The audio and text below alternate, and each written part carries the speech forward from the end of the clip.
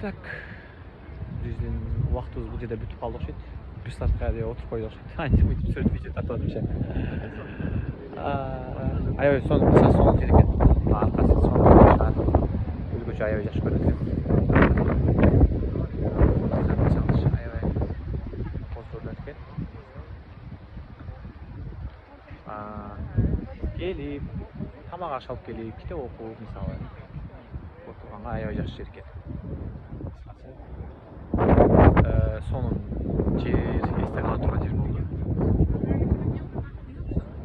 15-20 мүнөттөй отурдум окшойт, жөн эле ушу коздукту карап жөн эле отурдум да кыскасыча.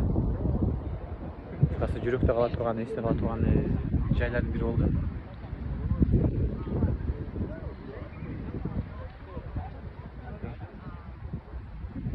Кыскасы ошо. Биз кийинки локацияларга кайтабыз.